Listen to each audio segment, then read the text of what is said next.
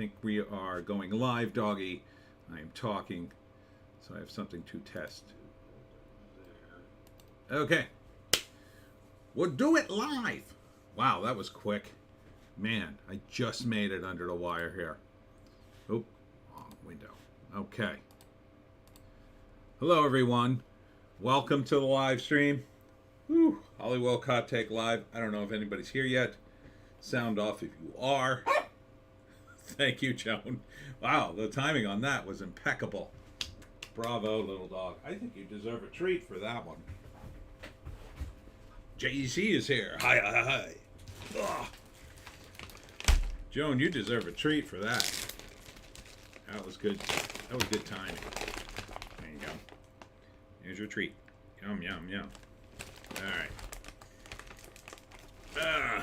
While we get settled in here, I will, of course, recap the week. What happened this week? God, it was a crazy week. I went to Millburn, New Jersey, to the book house where I did my Jersey Devil talk. And that went really well. It wasn't a large crowd, but I don't blame the bookstore. It's really hard to get a crowd out in the middle of the week, unless you really, really push it. But they did have a lot of interest, but I don't know, for whatever reason. They still had a little snow up in Millburn. I mean, not actually snow falling. Magic Poop is here. Happy Sunday to you, Magic Poop. But they actually had snow on the ground, which was weird for me because I have not seen any snow accumulation here whatsoever in South Jersey. Right, Little Joan? No snow. No snow. No snow. So it's been very, very warm down here. And then, of course, the big scoop was last night, starting on Friday, was Gator Weekend at One More Bar and Grill. What are you upset about? I'm trying to tell this story. JEC, we got another 30 centimeters here on Friday. Hold on, 30 centimeters. 30 centimeters. That's like 40 feet. Jesus. No, I think my math's wrong. That's because you're in Canada. There's too much snow in Canada for me. But I live in South Jersey. It's like Florida down here compared. It is a foot. I just checked. Thank you. Thank you. Thank you. We don't have the metric system here in the States. We refuse to use it. Too European for us. No, we've had no snow this year in South Jersey. We had one dusting near Christmas. I don't even think it was on Christmas. Other than that, it's now March. Very unlikely we'll get any snow. It's going to be in the 50s, 40s and 50s during the week. It's only gotten cold enough to snow a couple of times. And it only got below 20 maybe 3 times this winter. Total. That's it. And we had 2 really cold days in a row, and that was about it. It's been great. I got to tell you, I'm not missing the winter. Not missing. It's been like one long mid-fall for us. JC. We use feet here too, but the News and Weather Network always use metric. Here, Joan, do you have to get down? Really? We just started the live stream. Okay. Here you go. God. She's the worst co-host.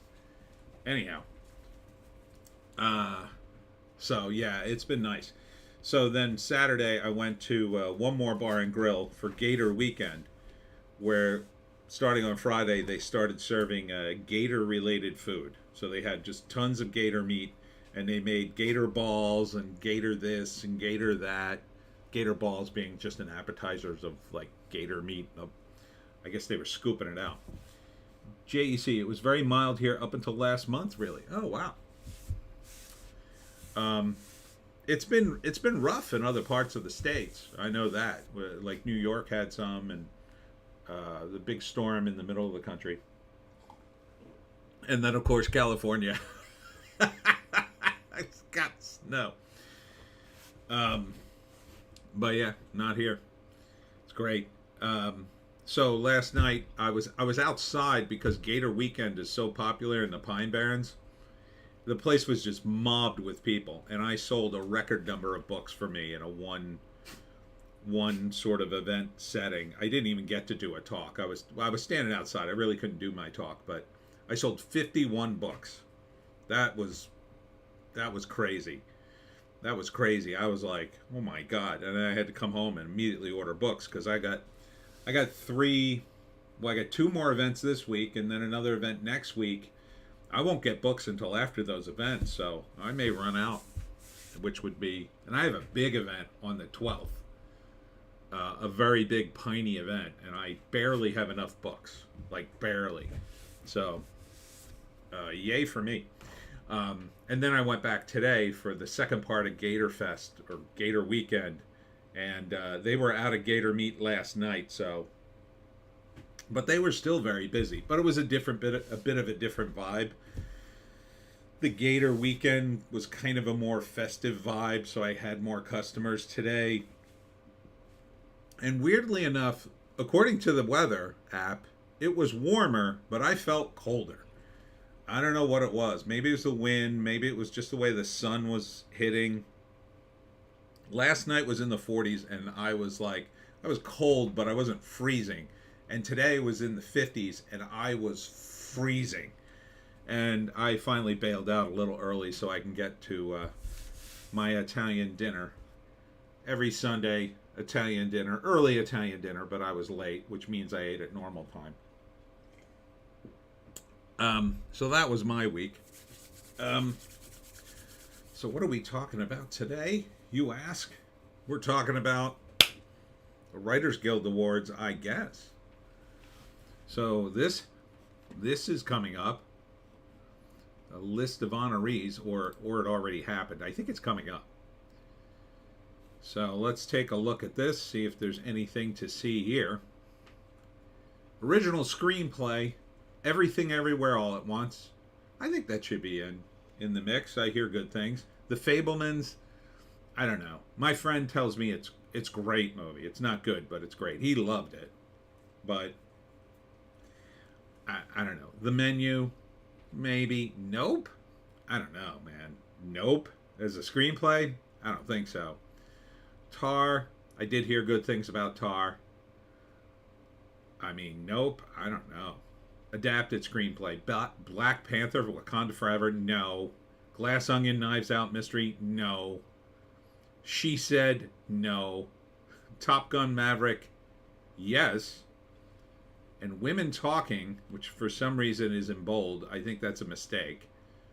I don't know. Women Talking? Really? You want to put two words together and never have a man see the movie? There they are. There they are right there. Hey, want to go see Women Talking? Sure, Frank. Let's go. Oh, wait. I have to shoot myself ahead of time. It's like, Women Talking? I don't even know if women want to see women talking. Top Gun Maverick should win that. Why is it adapted? I guess it is adapted, but it's documentary screenplay.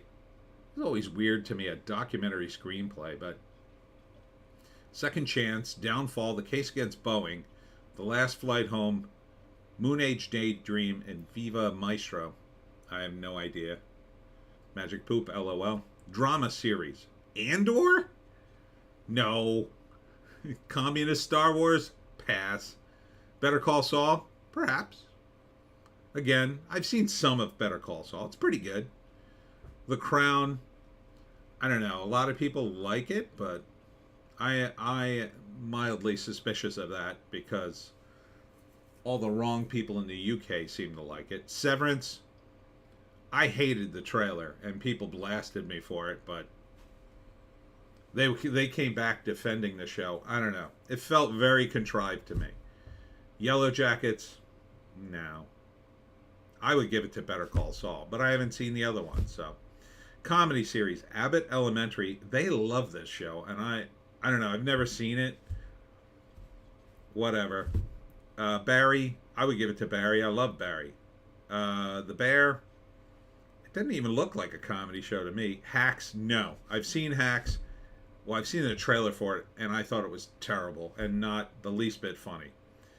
Only Murders in the Building? Maybe. I mean, it's Martin Short and Steve Martin. Can't go wrong. I'm sure it's very amusing. It doesn't seem like a... Seems more of a mystery show that's funny as opposed to a comedy show with mystery, you know? And they have Severance in... Oh, so maybe this is a signal they want Severance to win, or did win, or is likely to win? I don't know. Severance? No. Oh, wait. This is a different category. New series. Abbott Elementary and or Bad Sisters. Bad Sisters seem to have a good premise. The Bear and Severance. That's right, because Better Call Saul wouldn't be in that, and neither would Barry. Out of that, I don't know. Definitely not Andor. Maybe Bad Sisters. I did like the trailer for that. Limited series. The Dropout. Fleischman is in trouble. I think Fleischman is in trouble should win just for the title. I love that title. Pam and Tommy. Nah, I don't know. The Staircase and The White Lotus. Another show that people just go on and on about. No, thank you. Episodic animation. Girls Just Shauna Have Fun. The Simpsons. I'm going to guess no. Carter Chain. Happy Late Sunday. Happy Late Sunday to you. The Pain Garden. Tuca and Bertie. No. Pixelated and Afraid. Another Simpsons episode? Look at this. Rectify Undone, and then The Sound of Bleeding Gums, The Simpsons. The Simpsons 3 times in a category?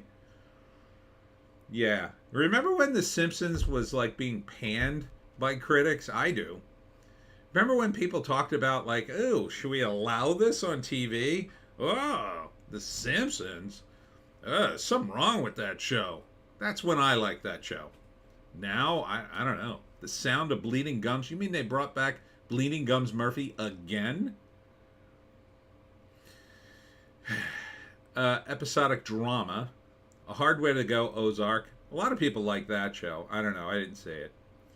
JC brought back Bleeding Gums from like season 2. I think so. I mean, he's dead in the show, so... And they've already done an episode post-death where they did a flashback.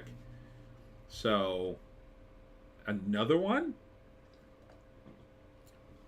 A Hard Way to Go from Ozark, which a lot of people seem to like. The End of Everything, The Good Fight. Couldn't get into that. Plan and Execution from Better Call Saul. The Prick. Bad Sisters. Rock and Hard Place, Better Call Saul. The We Are from Severance. Yeah, I hate that title. I just hate that title. So these are all dramas. Probably give it to Better Call Saul. But again, I didn't see the other stuff. Maybe Ozark if I watched it. Episodic comedy. The Beginning. Grace and Frankie. That's, what is that? Is that Lily Tomlin and Jane Fonda? Is that the show? Am I thinking of the right show? Brajol from The Bear. Well, I'd have to give it to that for the Italian-ness of it. Private School, What We Do in the Shadows. Oh, What We Do in the Shadows is very funny. That would be a tough call. The One and Only Hacks. No, I wouldn't give it to that. And Wide Net, Reservation Dogs. Reservation Dogs looks good, too. I gotta say. That would be a tough call. I'd have to see those. There's like 3 in that I would think about. Comedy Variety Talk series. Oof. All these shows should probably be canceled. Let's go through them. Full Frontal with Samantha Bee is canceled. Hell of a Week with Charlemagne the God probably should be canceled. I don't know. Would you even consider that comedy? It doesn't seem to be a comedy show. Jimmy Kimmel Live has no business being called comedy at this point, in my view. Should just be called propaganda. Late Night with Seth Meyers. Equally so, it isn't even as good as a show like Jimmy Kimmel. Magic Poop. John Oliver still has a show. Yeah, and he's nominated. Last week, tonight, with John Oliver, otherwise known as the Daily Show host that should have been on the Daily Show, but I guess Comedy Central didn't want him for whatever reason. Should have kept him, though. I'll say this: he would have been better than Trevor Noah, but can't stand him. The problem with Jon Stewart, is he's woke, and now he's, I don't know, now he's complaining about the woke and how they canceled comedy, how they nearly canceled him. Who cares, John? You got what you deserve. You get what you effing deserve. Okay? You turned on the woke for 10 seconds. They nailed you to the wall, and then you came back hard with CRT. So, I mean, who cares? Who's left to defend you? And Stephen Colbert presents Tuning Out the News. So not even the Stephen Colbert Show? JEC, yeah, Trevor Noah was a terrible mistake. Could have told you that as soon as they announced him. Well, I gave him a chance because I did like some of his stand-up. I mean, I thought his stand-up was okay, but he was just so wrong for that show. I cannot tell you. He's just not a good interviewer and not a good host at all. I think he would have been better off doing like a movie or a sitcom. Probably would have worked better for him. He's just not a guy who's host material, you know. He's just not good, a good host. I mean, he is to hosting what Jon Stewart is to movies. Like Jon Stewart is better at hosting because he's just not a good actor. He can only be himself, and you know, he's like Johnny Carson in that way. Like Johnny Carson couldn't be anybody but himself, really. Trevor Noah, I think if you put him in acting roles, I think he'd be okay. I don't think he'd be great, but I think he could be like, you know, the buddy in a cop buddy movie. Like if they ever remade that Billy Crystal Gregory Hines movie, what the hell was it called? Oh, I can't think of the name. They were like a buddy cop team. He could be Gregory Hines, and then, you know, they'd get some other comedian to be Billy Crystal. JC, I watched like 2 of his stand-up specials when they announced him. I thought his stand-up was garbage. Didn't laugh once. He's aggressively unfunny. Damn, man. I don't know. I thought his bits in South Africa were okay, because they felt genuine to me, at least. Magic Poop, sad to see John go woke. He had a great moment on Colbert where he seemed to wake up about the Koof Lab leak. Yeah. Yes, Magic Poop, I agree. And he had stayed quiet mostly up until that point, although the thing with the burn pits got a little weird, but that wasn't a totally bad hill to die on, the burn pits, but, you know, I now see that he's so caught up in defending the left still, you know, after all this time. You know, I thought he was going to turn on them. I really did. You know, especially when he went after people for the 9/11 Responders Fund and all that, which I thought was another great charity he was trying to push. And, you know, and he went after Rand Paul. And I didn't really blame him for that at the time, because Rand Paul did block some of the money, although I think he gave him the short shrift in terms of why he did it. But John is on his 8th booster, I bet you, says JEC. I don't know. I think a lot of those people, celebrities, people in the know, people in the upper echelons, let's say, I think some of them did, but I think some of them used their power and influence to not take it or lie that they did. I would really like to test certain people. I bet you Joe Biden's never had one. I bet you they wouldn't give it to him. You know, once they got the real data, they probably looked at it and said, we can't give him this shot. He might die. We might kill him with the shot. And so I bet they just injected him with saline or whatever. I bet they wouldn't even risk it with a guy like him, but who knows?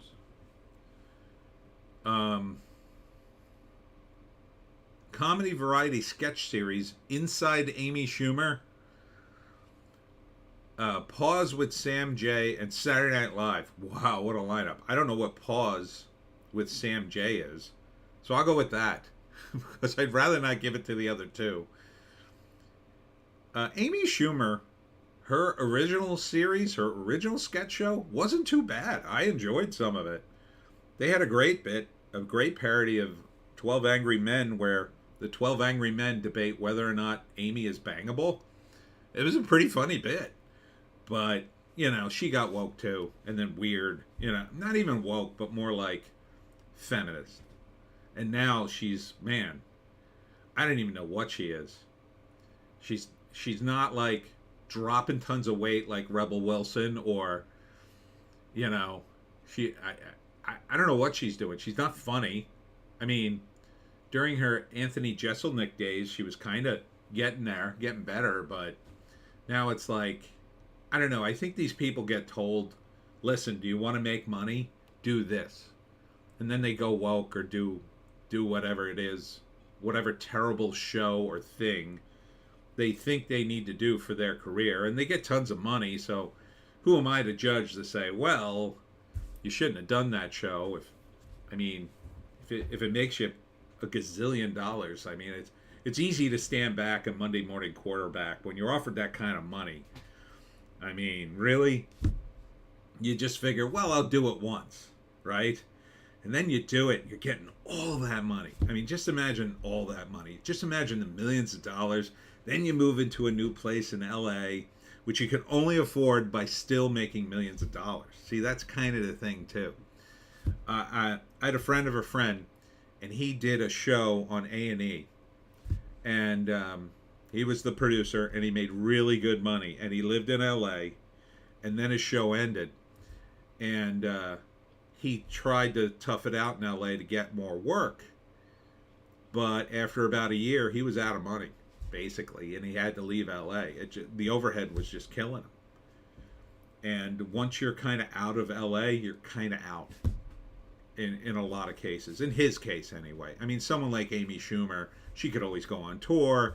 She could always come back, and, she has a name. This guy didn't have that kind of name, but it is interesting to see. I mean, it definitely would have probably hurt her career to stay more funny than woke, I would say.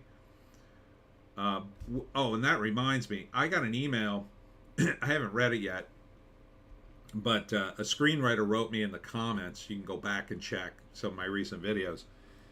And he said he was basically forced to rewrite a screenplay and make it more woke.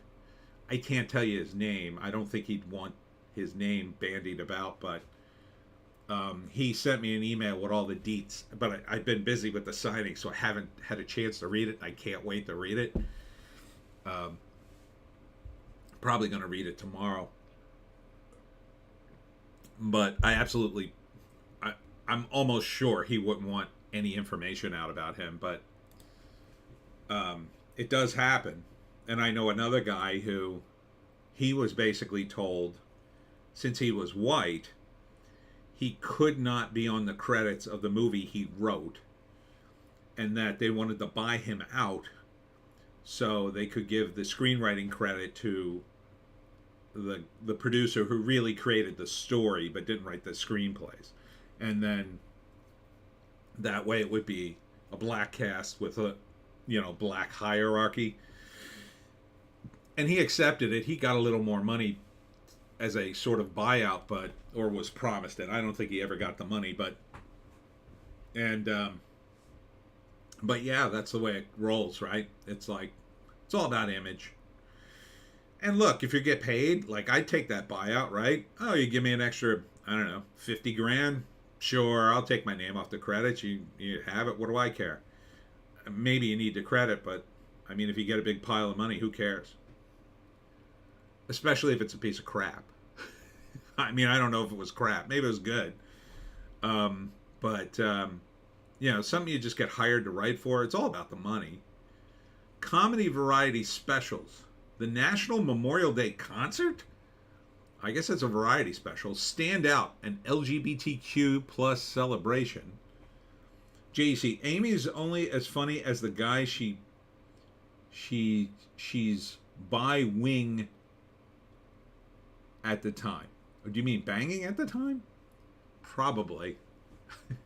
The Problem with Jon Stewart, election wrap-up special. and Gerard Carmichael Rothaniel. I don't know, man. None of those sound great. TV New and New Media Motion Pictures. Heart of the Matter, Honor Society. Okay, some of these are highlighted. I guess these are the ones that are going to win. Honor Society. Ray Donovan, the movie. Torn Hearts and Weird, the Al Yankovic story. I guess I would lean towards the Weird Al thing, only because I've seen the trailer and it looks okay. It looks funny. And Ray Donovan, the movie, sounded like a good idea for those who... Oh, blowing. I had to rewrite my last joke because it didn't show up on the chat. I got it on the right thing. Yeah, I got it on the right thing. I don't know why. YouTube, censoring, quiz and audience participation, Baking It, Capital One College Bowl, Jeopardy, Weakest Link. I didn't even know those other 3 shows. Daytime drama, Days of Our Lives, is the only nomination, so I guess they win. Children's episodic long form specials. God, that's specific. I'm just going to skip that. Short form new media.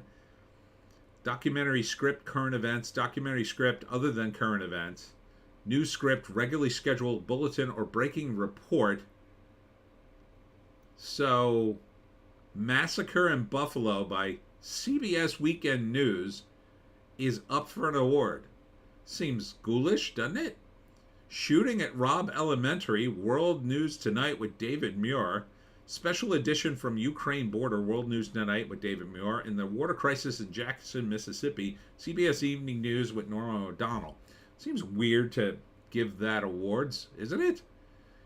Even though they were written, but like they were news. News script, analysis, feature, or commentary, digital news, radio, audio documentary, The War in Jennifer Weiss crime show. I don't know. Radio, audio, news script, and on-air promotion? Okay. Commercials, I guess. Amazon Bessemer campaign. This time I'm voting yes. Union difference, union yes. Facebook. Facebook. And the CBS celebrates Juneteenth. CBS News. What a lineup this is. This is the Writers Guild of America. Kind of embarrassed to be a writer at reading that. I don't know. All right, let me jump to the numbers because I am... Arden's here. Hail all, greets from me and Stormy. Hello, and hello to Stormy. Let's see what the weekend did. Ooh, Creed 3, 58 million, 58.6. That's not bad. It's not a bad start. I don't think it's... Oh, it did get international distribution. Straight up 100 million for the weekend. Nice. So that's going to make money, I think. I think that's money probably right there. I mean, it's a boxing movie. I don't think it was tremendously expensive to shoot. So good, I guess. I think they should have had Sylvester Stallone in it, but it's in 4,000 theaters. Ant-Man and the Wasp hangs on at number 2. Just barely, though. Drop of 61% after last week's 71%. Oof. Oofa. So, but doing solidly internationally. So 186 million domestic, 232 international. China, that was only 35 mil in China. Doesn't seem like much, does it? I mean, Avatar 2 was like 250 million. Did they not put it in all the theaters? That seems super low. Maybe it's because the racism. Yeah. Maybe it's the racism. I don't know. I mean, it's a very prominent character who's black, and that's Kang, so... Although I'm sure the poster in China was different. But it only made 12.4 million, and Cocaine Bear did 11. So Cocaine Bear right behind it, really. Drop of 53%. Cocaine Bear, I assume word is getting around that it's, it's got some good scenes, but it's just, it doesn't end strong. It could have. So easy to end this movie strong. God, it's really a tragedy. This is a movie that just should have ended with a non-stop, bloody action shootout where a bunch of gangsters get killed and the good guys run away, and the bear seemingly dies and then gets back up in the last minutes, and then you don't see anymore. Like, so you don't see the bear die. You think it's dead, and everybody gets sad for a minute, and then he comes back. Excuse me. That's all you needed. That's all you needed to make that movie work, and it would have been great, but Elizabeth Banks, never trust her again. I gave you a second chance, Elizabeth. After the disastrous Charlie's Angels, I thought, how could she screw up a movie with a premise this good? But there you go. There you go. Carter Chain, Cocaine Bear is movie malpractice. Yeah, it is. It really is. If I could sue her for malpractice, I would. If I could explain that to the judge, the judge is like, she could have made that movie. That would have been much better. Like, the judge is like me. He's just another version of me. That would be hilarious, wouldn't it? He just sort of looks like me, except he's maybe he's got blonde hair. And like everything I say, he just nods and goes, yeah, yeah. And Elizabeth Banks is just sitting in the defense side going, I can't believe this. Hey, he can't win this. Can he win this? It's just, it's a shame. And you know what? It's like, they have one pretty great scene in it. And just because of that, people are so thirsty for a movie like this. A lot of people still like it. They say, oh, it's pretty good. And then when you point out, well, what about the ending? They go, well, yeah. Yeah, it doesn't end well. And it's like, then how can you call it good? I just don't know how you could call it. A movie doesn't end well. Like, if a movie tanks in the middle of the movie, you could kind of forgive it if it ends strong. Like, if they had put that ambulance scene at the end of the movie, I'd probably be saying it's not bad, because at least it would chart well. Like, maybe the first act would be here, second one would kind of plateau, but then you can't go 1, 2, 3. It's gotta go up, always up. Demon Slayer anime, Kimetsu no Yaiba to the Swordsmith from Crunchyroll did 10 million in a premiere.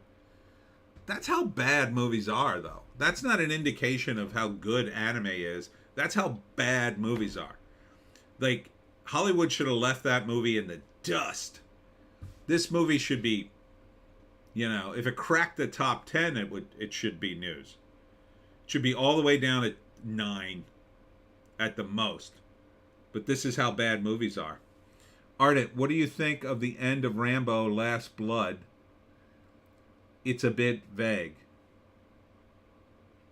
Yeah, but it has a great emotional ending, right? Because you realize the reason why he's killing everybody is he really just wanted a little bit of respect. Like, it was all for nothing, right? He just wanted to, he's a veteran and he's walking through town and he gets harassed over nothing and it turns into this giant thing. And really, in the end, all he wanted to do was have a moment, just a little bit of respect, and it would have been completely avoided. So there's like an emotional payoff, How he gets away with murdering all those people, that's another thing. but it kind of doesn't matter. It's turned into a franchise, and the rest is history. But I really liked the first Rambo. Me and my friends went to see it at a time when we kept seeing extras from the movie in the audience. So, like, we went to see Mad Max, and a bunch of bikers showed up.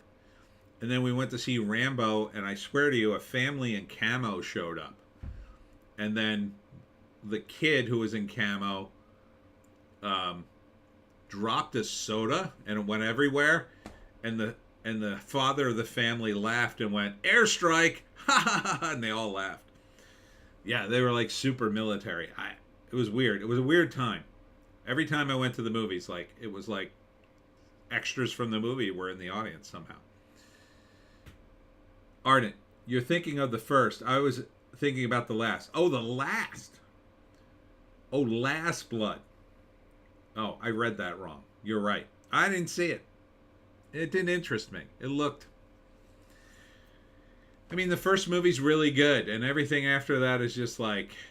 It's just Sylvester Stallone slumming, really. The thing that kills me about Sylvester Stallone, he's actually a good actor. He can be very good. Copland is a great movie. It's great. Rocky's great. First Blood is great. The sequels to First Blood are just meh. The Last Blood, I don't care. I just didn't see it. I have no interest in it. I mean, if it comes on a streaming service for free and I'm bored, I might watch it, but nah. Sylvester Stallone, I don't know. I don't know what to think about him these days. I guess he's too much of an institution. He's like too big. Ardent, I thought it was the closest in spirit to the first, but yeah, it was very over the top. It ends with a scene that lets you wonder whether or not he survives. Yeah, because they always want to keep it open, and it's just like, he could have made that movie great by killing Rambo, right? Like, it could have been a heroic death, finally, you know? But, you know, Stallone might need another yacht or something, so got to keep that open. I don't know, you know, Rambo at like 90, in the nursing home with a walker. And then he sees like an old Vietnamese guy at the other end of the hall, and then they start increasing speed. It's just, you know, at some point, like, I really wish Stallone would transition into Clint Eastwood. That to me would be the best. Because he's not a bad director. He's not a bad screenwriter. He's not a bad actor. If he did movies like Clint Eastwood did, you know, smaller movies or movies that were super well crafted, maybe he's not in them at all like Clint Eastwood does once in a while. Great. You know, just really do some cool movie making. I wish he'd get into that phase. Like Tulsa King, I like have zero interest in it. It just seems like, what is he going to do in that show that he hasn't done already other than be a mob guy? And to me, that's almost beneath him. He avoided it for years and years and years, except for, I don't know, didn't he do it in one stupid movie, some terrible movie? Ardent, when the bedpan starts speaking Vietnamese. Yeah, I mean, he goes, it's like Stallone goes from great movies, like movies that are timeless, to stop or my mom will shoot. It's like, why? Rhinestone Cowboy or whatever that movie was. Or Rhinestone, I guess it was. Why? Why would you do these movies? I mean, how many more mansions do you need? I don't know. Maybe he's got an overhead. JC, he was Machine Gun Joe in Death Race 2000. That was a gangster role, LOL. Yeah, and he had his name taken off that movie. I think he tried to buy the rights to it to bury it, but it was a cult classic. I saw it at the... I saw it in Philly at this theater. Oh, I can't remember the name of it now, but and then like his credit is off the movie. Ardent. Oh, Tulsa King seems to have dropped the woke stuff altogether. Good, I guess. Ardent, I'm at 6 of 9. Episode 6 of 9. Yeah, I mean, I guess. It's like, I don't know what he's bringing to it. And like the whole mafia genre, I mean, you need to go deep in the mafia lore to really do something new with it, I think. As a guy who's written that stuff, and I know it fairly well, Tulsa King is so easy. It's fish out of water, mafia guy and non-mafia place, and and it hinges on this idea that the mafia is still super powerful, and it's like they're kind of not. They're not in this day and age. They're not in the mode of expanding. They're in the mode of survival, and or transitioning to a more like Yakuza style of white collar crime where they just manage things with all their massive amounts of money if they still have it. So the families are in rough shape compared to where they were in, say, the 60s and 70s where they ruled. Oh my God, they had so much money and influence. That's not to say they're not dangerous. They're very dangerous. They're still very powerful. I'm not criticizing them, let's be clear. And let's be clear, the mafia doesn't exist. But if it did exist, that would be my take.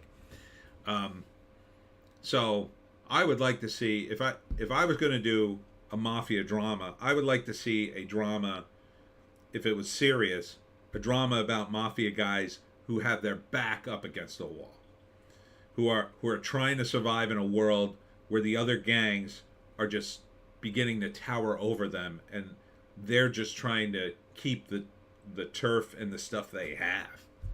That to me would be a much more interesting and like spot on series than like Tulsa King. Tulsa King is basically Get Shorty except in the Southwest.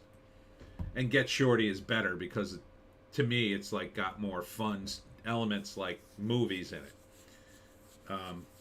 So I don't know. The stuff they developed for Stallone is okay, but it's not great. Like the superhero movie did, sort of just came and went.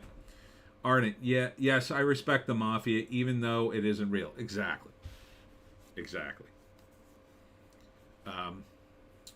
Jesus Revolution, number 5 from Lionsgate, 8.6 million. A lot of right-wingers are touting this movie as like, oh, look at all the Jesus stuff in it. It's doing well at the box office. People like religion. And then Kelsey Grammer's on tour talking about how like religion helps him, which I've never heard Kelsey Grammer talk about ever. But suddenly he does this movie, and then suddenly he's talking about religion. Like Mark Wahlberg did it for Father Stu, but I think he's talked about it before.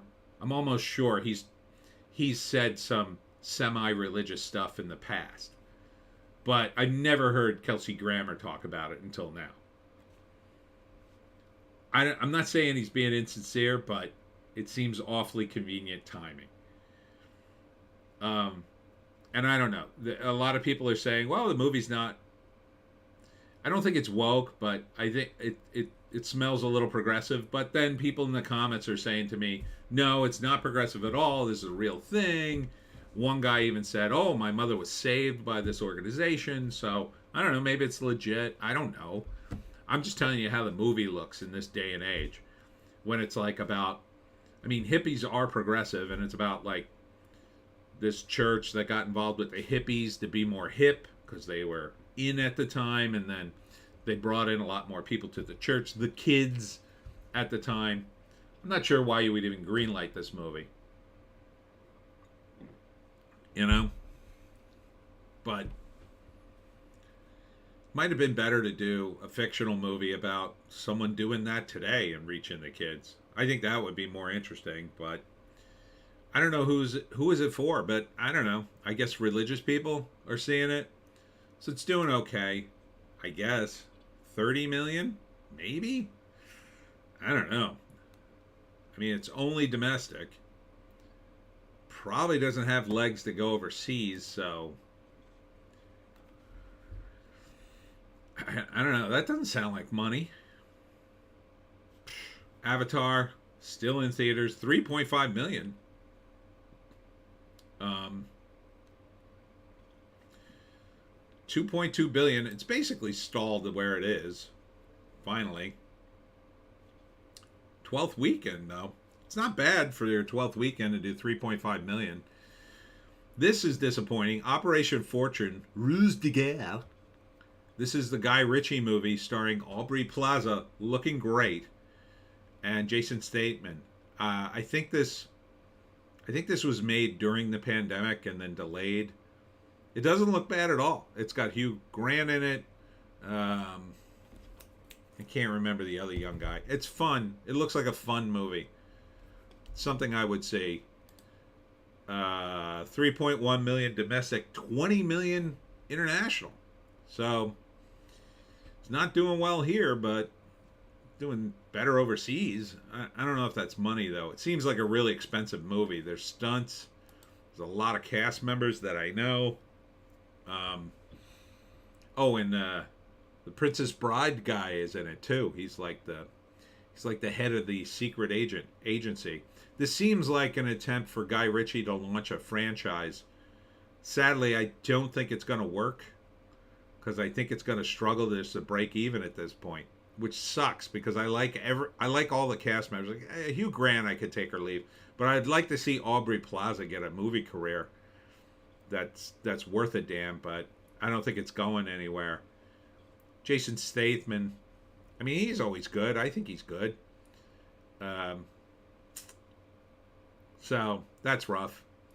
Puss in Boots, still in the mix. 2.7 million. Magic Mike Last Dance, 1.1 million. Still hanging on. What did this movie do? 52 million worldwide. I don't know. It doesn't sound like money to me. Sounds like it looked like they would have spent some money on that movie. 80 for Brady. 38 million. There's no way this movie broke even, but I don't know. Maybe they expect to do well in streaming because of its appeal. Its very specific appeal to Patriots fans and old ladies. Maybe if they didn't have to spend a lot of money for licensing. I mean, it's essentially a 2-hour commercial for the Patriots. So maybe it was subsidized by the NFL and it's money. A Man Called Otto, 650K. This is in the 10th week. This movie seems done. 106 million worldwide. Maybe that made money. I don't know. Tom Hanks on the cheap, maybe. Probably didn't cost a lot to shoot. Knock at the Cabin. I don't know, man. It's like M. Night Shyamalan keeps getting movies, and they never seem to do super well anymore. Like he went from blockbuster guy to just sort of mid guy or struggling to get to mid. I mean, 53 million. That doesn't sound great. That doesn't sound like money. I mean, Dave Bautista, Rupert Grint is in it. It was shot in South Jersey. In fact, I ran into a guy who said they shot part of it near his cabin and used his property to park the cars. And so I don't know, 53 million, maybe if he did it on the cheap. I mean, the rest of the cast I do not know at all. It's based on a book, so they had to license the book, but God, the premise sucks. I don't like the premise at all. You have one of you in the gay couple has to kill the other or the world will end. It doesn't make any sense. Even if like Dave Bautista is a crazy cult leader, which I think he is, it's just a crazy guy comes and forces one guy to kill the other. I don't like that at all either.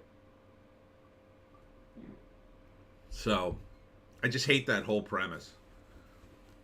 I don't know. Maybe it's a good book. Missing, still hanging in there. 2023 Oscars shorts. Mithrigan, Emily, RRR fan celebration. I don't know what that is. It's not the movie?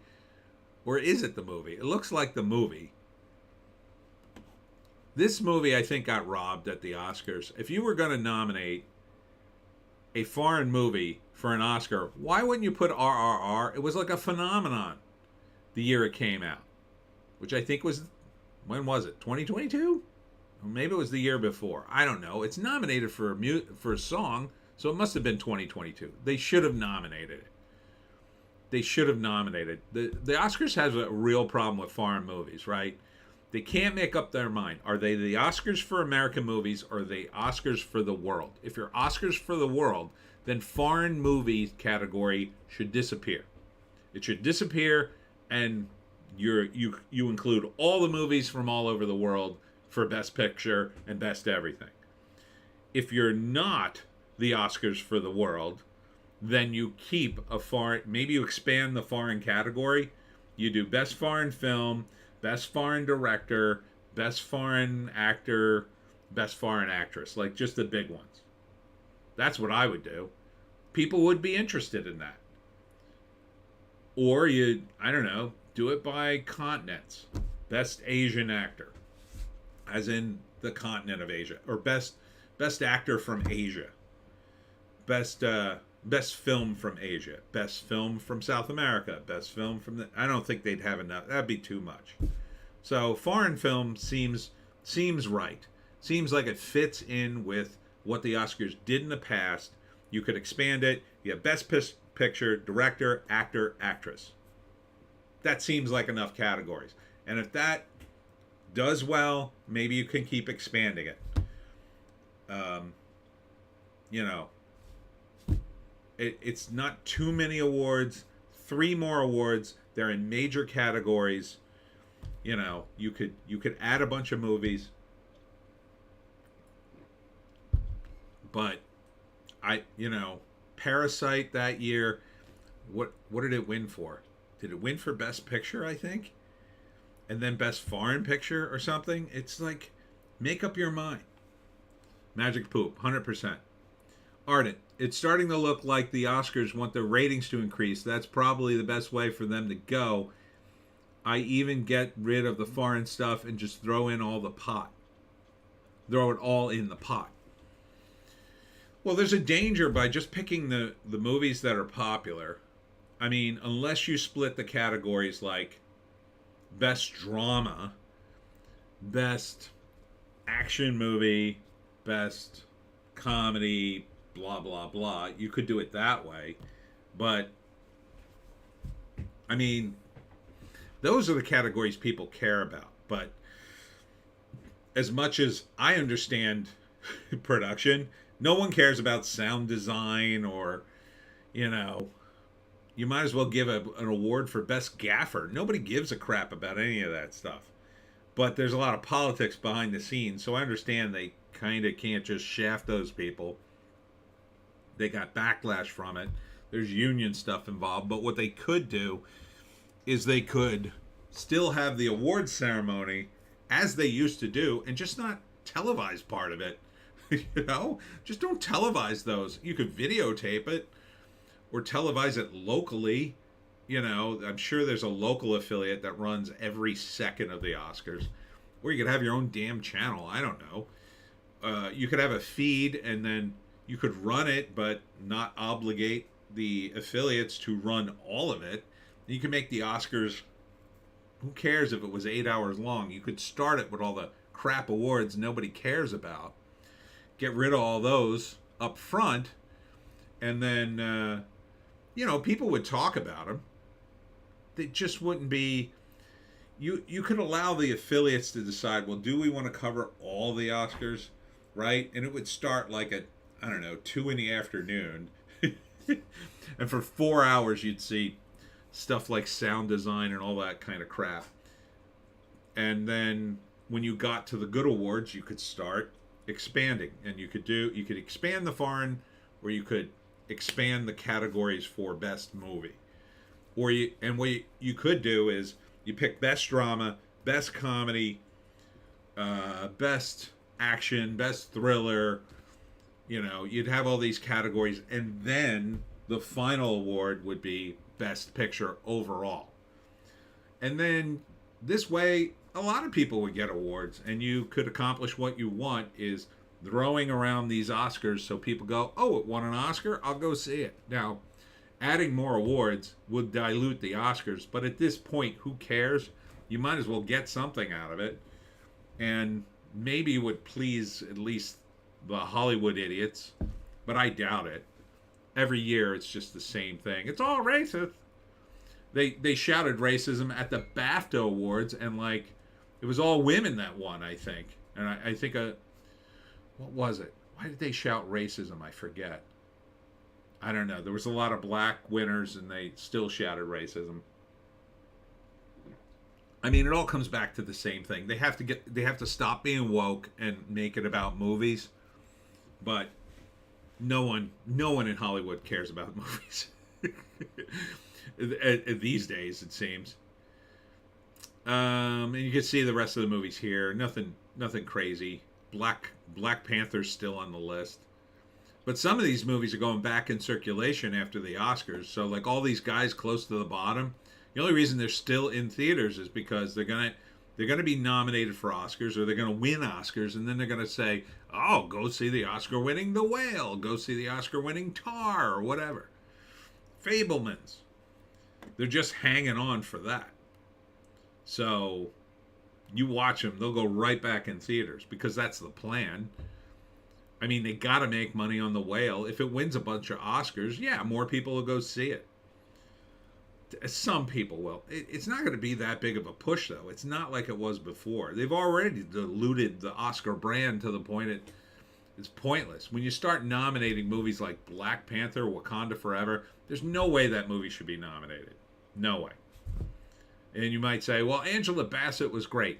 Yes, she is a really good actress. She's been in cool stuff, but Black Panther is not the kind of movie you nominate for anything, except maybe special effects and sound or something.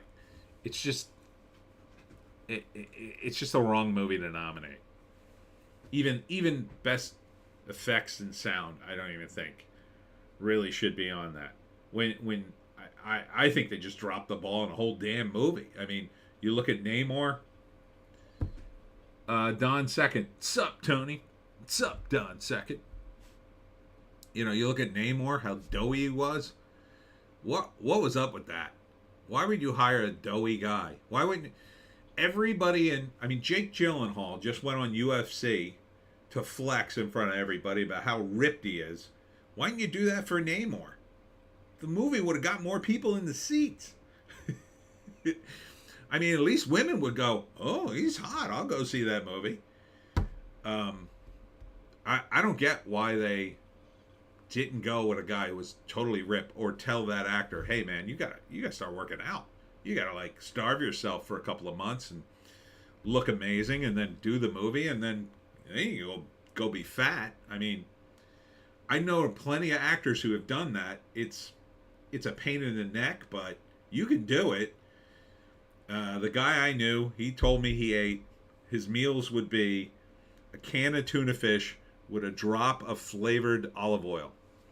And he said, I can't even go near a restaurant or a bakery or anything like that, because he knew he was starving himself to look good. And he was ripped. I mean, he was cut like that. He had the abs.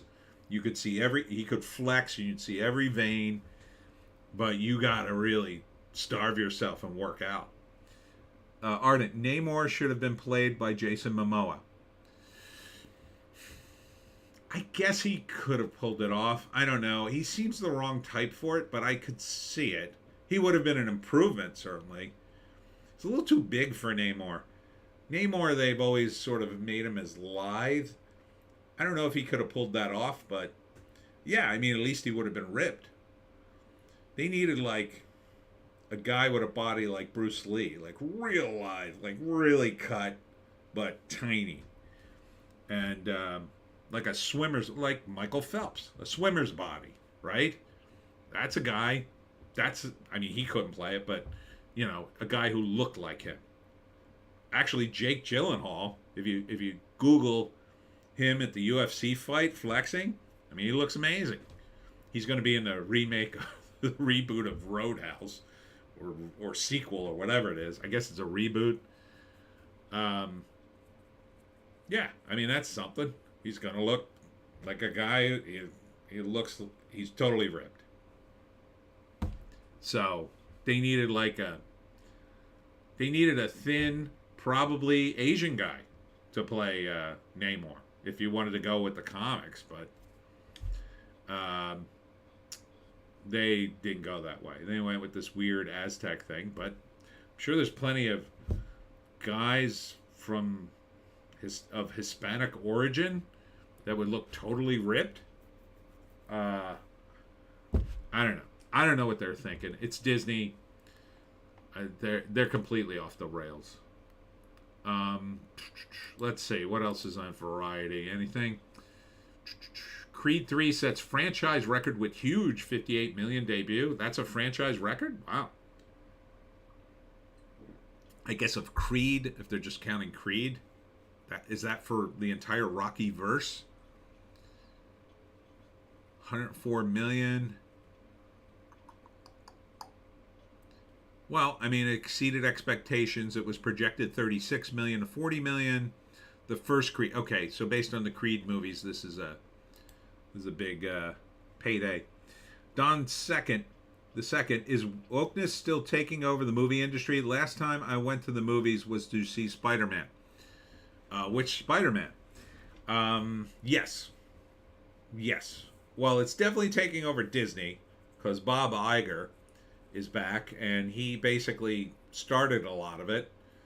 And word on the street, at least according to Doomcock, if you've ever seen his videos, is that, according to him, Chapek was trying to wind things back, but then basically folded like a house of cards.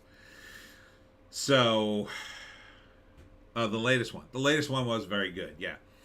It's gone. It's going to get even woker. But, like, there may be some stuff in the pipeline at Disney that isn't as woke, but I think they're winding that back, too. Like Marvel's. I don't know. Iger's plan, it sounds like to me, is to still be woke, just be more subtle about it. If that makes sense. So, I think you're going to get stuff that's woke, but not overt. It's going to be very subtle. Right? Or it's going to be good up until that third act, and then they're going to, like, kidney punch you, like, yeah, you like wokeness, right? And you just be, oh, the movie was good up until now. What are you doing? Black Lives Matter, right? Right? Ah, damn it. You ruined the movie. Here's Charlie Kaufman in the headlines. I love Charlie Kaufman. Makes fiery WGA award speech. We are trained to believe what we do is secondary to what they do. Good for you. Good for you, Charlie Kaufman. I love Adaptation, the one with Nick Cage, where he plays Charlie Kaufman and then his brother, he doesn't have a brother. You got to see the movie. It's so great. Don the Second. It sucks to see how far Marvel has fallen. Probably just nostalgia, but until Captain Marvel and Endgame, they went downhill so bad. I know, and this Ant-Man. I wanted Ant-Man to be good, but man, what an S show. And Marvel's, they're in reshoots now.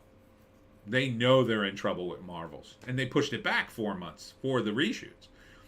And think about this: they pushed back the Marvels, which is really Captain America 2. First off, they renamed it the Marvels because Brie Larson's so unpalatable. Can you imagine looking that good and being that annoying? It's like I'm dating her. Yeah, it's like ridiculous. Don the Second, and they have more material to work with now. more than ever. I don't know why they always go down that route. Well, it all goes back probably to ESG, environmental social governance score, that BlackRock seems to be pushing on all these corporations, including Disney, and that in order to continue to get capital from BlackRock, and companies related to them who are also getting the capital, they are pushing ESG, which is essentially a measurement of your company's wokeness, which means you got to push CRT and trans ideology, fourth wave feminism, climate crisis nonsense, all the woke crap, all of it. And they're pushing and pushing and pushing for it. I guess because they see it as, well, this is where the money is. So, and as Razor says, some of it is not get woke, go broke. It's go broke, get woke to get into that money. So if you see your company going down the tubes, and this isn't the case for Disney, but maybe some of the other smaller companies and studios, you see problems down the road with your money, or you're being cut out because you're not woke, you suddenly turn hard left, and boom, they shower some riches on you, or save your company's sorry butt. So the bottom line is, this isn't going to end well. I think all it's going to do is continue to degrade movies, television, and other entertainment, and drive it elsewhere where it's not woke. So, I mean, you're talking to a guy, or you're listening to a guy that grew up on television. I loved television. I watched television all the time for years. I wasted my life watching TV and movies because I loved it. And now I don't even have TV anymore. I'd rather watch things on the internet on an individual basis, which I judge very harshly now. And yeah, I mean, they lost me. I can only see them losing more people. I mean, look at the late night talk show situation. It's a nightmare. There's not a single late night talk show worth a damn. They're all the same. They're all spouting the same opinions. They have the same guests on the same times, the same things over and over again. They've got nowhere to go but down. Who wants to watch this? Their audience is dying. Now, I grew up on it. If I was zoned out and not all that picky about my entertainment, I'd probably still be watching it. I probably would pick the least bad one of the mix and say, well, I guess I'll watch this. Ardent, all hail the Iron Age. Yes. And there are a lot of people like that. They just get into this habit and they keep watching. They keep watching. Don II, early 2000s TV was my whole childhood. LOL. Yeah, a lot of people. And I'm a 70s kid. All right? 70s. So I watched it the 70s and the 80s and the 90s. And by the 2000s, I was getting a lot more discerning, but there are people who have watched it longer than I have. They can't stop. Ardent, any thoughts on History of the World Part 2? Well, I saw the trailer and I read some of it. I'm very torn because there are some very talented people on it. At the same time, it does look a little woke. So, I don't know. I don't have a super burning desire. You know what it reminds me of? It reminds me of Drunk History. Because it just feels like a bunch of celebrities they threw in together to try to capitalize on the name recognition of History of the World, as opposed to a big Mel Brooks production, which I would have been more excited about. It just seems like they dragged in every celebrity they could find to be someone in something. I don't know. It doesn't strike me as being good. If I had to guess, I'm going to guess it's probably very uneven. There's probably a couple of great bits and then a bunch of nonsense. I mean, Nick Kroll is good. I like him. I still kind of like Jack Black. He's in it. Like everybody's in it. But you can't do comedy when you're woke. So even though maybe Mel isn't woke, certainly some of the people in that are woke.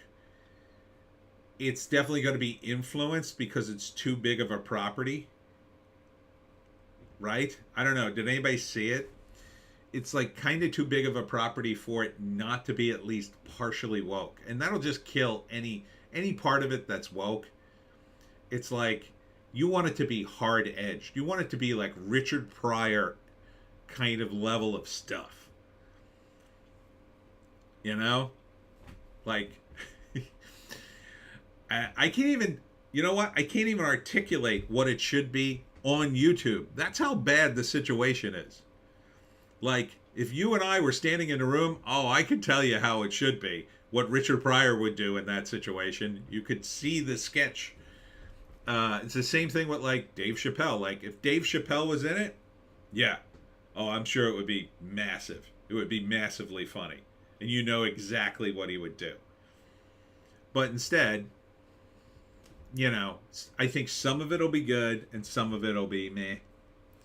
What's next? Blazing Saddles? God forbid. God forbid he touch that. But, you know, I don't think Mel is like selling out or whatever. You know, he's old. He's probably just going to make some appearances. I'm sure his will be nice. But you can't, I don't know. I'm just so sick of everything being woke. You need something. If he was really going to do History of the World Part 2, you needed some young guys to make everybody upset. You know how I know it's not going to be great? Because no one's talking about it and complaining about it. If it exploded out there and people were going, oh my God, did you see this sketch? I'm so triggered by this sketch. And then the studio came out with a statement disowning History of the World Part 2, I'd rush to go see it. Is anybody talking about any comedy like that? Maybe Chris Rock's recent special. They're talking about that. It's a little, you know, he's still got it. Like, why isn't Chris Rock in this? Like, these are guys that are still funny. Chris Rock, Dave Chappelle, throw Kevin Hart in there. There's a few others. Louis C.K. I put Louis C.K. right at the top of the list of guys I would put in History of the World Part 2. Because it would piss everybody off. It would piss everybody off, and I'd also have to work in, I'd have to find somebody in history who, I don't know, where, and I would make it a scene where Louis had to touch himself. I don't know what historical figure it would be, but it would be hilarious, right? Can you imagine, oh, Louis C.K. is playing Abe Lincoln, and then he gets John Wilkes shoots him because he's touching himself in the theater. I mean, that's funny. That's hilarious. And people would be outraged, and everybody on Twitter would be mad. Then I know it's good comedy. If you haven't pissed off anybody at Twitter, can you even call yourself a comedian at this point? So, I mean, can you imagine if they did Blazing Saddles back in the day? Ardent, yeah, Louis C.K., Chris Rock, Steven Crowder, another good choice. Dave Landau, definitely. Just make everybody insane and then throwing Dave Chappelle in for the capper. Yeah. Yeah, I bet you if Steven Crowder and Dave Landau were in charge of History of the World Part 2, oh, it would be amazing. Don the Second, that's pretty funny. Magic Poop, laughing. So, yeah, here it is. Here it is right here. It was on, I guess you saw what was on the screen. History of the World Part 2 is Mel Brooks' mixed bag of hits and misses. There it is. I didn't even see it on the screen. Called it. That's exactly what I would imagine it would be. There's probably a couple of good sketches in there. And then the rest are like, meh. Meh. You know. I think there's a scene with Harriet Tubman, played by Wanda Sykes. Like, Harriet getting the better of everybody. I mean, she kind of did anyway. Like, what are you doing? Don the Second, what are some of the best stand-up comics out there right now? Well, I mean, Chappelle, Chris Rock, Louis C.K. still doing stand-up too. So there's that. I'm not watching a lot of stand-up these days, but you know, the stuff that's good, we're not seeing. It's in the clubs, and not even in the clubs that are like in New York anymore. Back in the day, it was New York. You'd go to New York clubs, and Dave Attell was performing, and I mean, he's still good, I think, but they'd be doing this wild stuff. Now, I had some ideas for doing stand up, and I would love to perform them, but holy cow, I'd be run out of town on a rail. I had an idea, and I always tell this story, but like, I didn't do it, but I thought about doing it. And what I was going to do is I was going to memorize a Lenny Bruce monologue word for word and perform it, and then see the reaction of the crowd. But I couldn't do it today. I think I'd probably be arrested if I wasn't attacked openly on stage. But like, the whole point would be for the audience members to go, wait a minute, and about halfway through realize I was doing Lenny Bruce. But the material's too old. Like, I don't think anybody in the audience would get it. The last time I went to a stand-up show, it was awful. It was just awful. All the stand-ups but one were terrible. And a lot of it was political, bad political. And this was before the pandemic, so before Trump, I think. It was a while ago. Ardent, the Bible stories are awesome. Wanda Sykes, grown. Magic Poop, Landau. Ardent, there's some good guys on YT shorts from time to time. Oh yeah, Ryan Long, he's good. I like him. Landau, second. Ryan Long's pretty good. Kyle Dunnigan is really good. I love his show. Ardent, told this joke as a short last night. Does Parkinson's with a deaf person count as speech impediment? Yes, it got far and away my most views. Nice. Yeah, you tell that joke on stage, I don't know what's going to happen. Depends on the crowd. Like, if you're out in the sticks, you might get away with it. Or you might get this kind of nervous laughter, like, I don't know if I should be laughing at this kind of thing. Like, it's just, comedy right now, it's such a weird time. You know, there's been comics who have been attacked on stage. I've seen some of the clips of it. They're just outright attacked. It's ridiculous. Don second, Ryan Long is pretty funny. He wasn't scared to make memes about the shot. Yeah. What did I just watched a short today. Him and his bros did this bit where they're trying to promote mental illness, but like the third guy in the group in the PSA is too mentally ill to get through a take, and they eventually throw him out. It's funny. Ardent, I'm honestly waiting for the backlash any time now. The backlash at a level like guys like us who aren't really known, that can only help you, I think. Like, if I got a huge backlash about something, I'd probably gain like 1,000 subs. On the second, dude, Ardent, that's funny. Pretty dark. Nice. Magic Poop, there's some really funny people on Tony Hinchcliffe podcast. Also, a lot of not funny people, which can also be hilarious. Okay. Carter, big stand-up fan. The Legion of Skanks is a great comedy show with non-woke New York comics. Oh, that reminds me, Chrissy Mayer. Is she in that mix? She's good. I like her. I like her podcast. I haven't really seen her stand-up. Down the second, I really respect comics because it's hard keeping people's attention in that way. Ardent, devil emoji. Yeah, it's tough. I mean, I've done stand-up. I've done it very on the lowest level professionally. I was the MC at an open mic at a gay comedy club, and then my shtick was I was the token straight, and that was part of my act, and it was a gay crowd and mostly gay comics.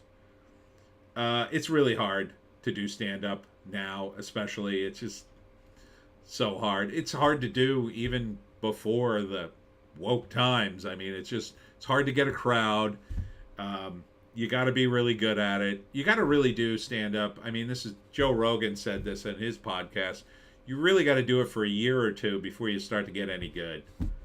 You know, then you're at the point where you're doing crowd work and you're bringing in jokes and sort of culling your own monologues, and you get that tight five and you're really smooth at it. I don't have that kind of discipline because when I was doing it, I was under the mistaken impression I had to do 5 minutes of jokes, and then next week I had to come up with another 5 minutes. So I just kept writing new jokes, and I would go, boy, this is hard. Until one of the other comics was like, you write jokes every week? I go, yeah, isn't that what we're supposed to do? I don't want to do the same jokes.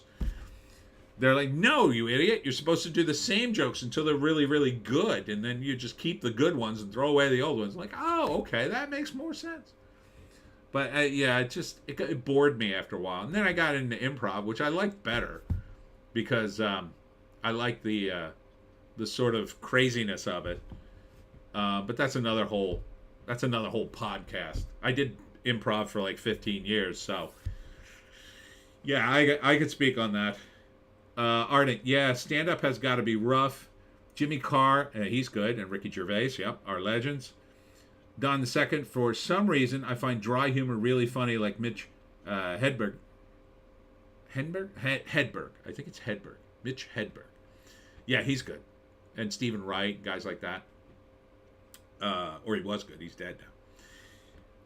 Yeah, I don't know. I used to do a lot of different things. I had a few monologues that were just, they were one-time deals, like one-time personas.